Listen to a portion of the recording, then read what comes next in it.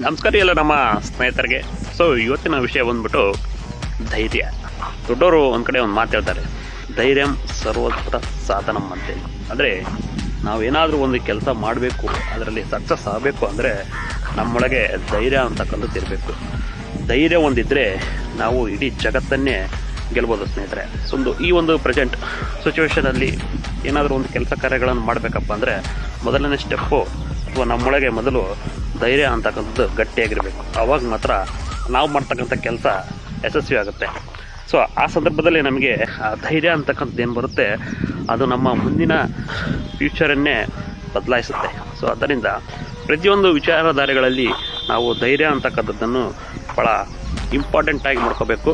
ಧೈರ್ಯ ಅನ್ನೋ ಒಂದು ಅಕ್ಷರ ಏನಿದೆ ಅದು ನಮ್ಮೊಳಗೆ ಒಂದು ಅದ್ಭುತವಾದ ಶಕ್ತಿಯನ್ನೇ ತಂದುಕೊಡುತ್ತೆ. ಸೊ ಅದರಿಂದ ಪ್ರೆಸೆಂಟ್ ನೀವೇನಾದರೂ ಸಾಧಿಸ್ಬೇಕಪ್ಪ ಅಂದಾಗ ಧೈರ್ಯವನ್ನೇ ಮೂಲ ಮಂತ್ರವನ್ನಾಗಿ ಮಾಡಿಕೊಳ್ಳಿ. ಆವಾಗ ನಿಮ್ಮ ಏನು ಕೆಲಸ ಕಾರ್ಯ ಅಂದ್ಕೊಂಡಿದ್ದೀರೋ ಅದು ಆ ವಿಷಯದಲ್ಲಿ ಯಶಸ್ಸು ಸಿಕ್ಕೇ ಸಿಗುತ್ತೆ. ಧೈರ್ಯಂ ವಿಜಯೀ ಭವಂ.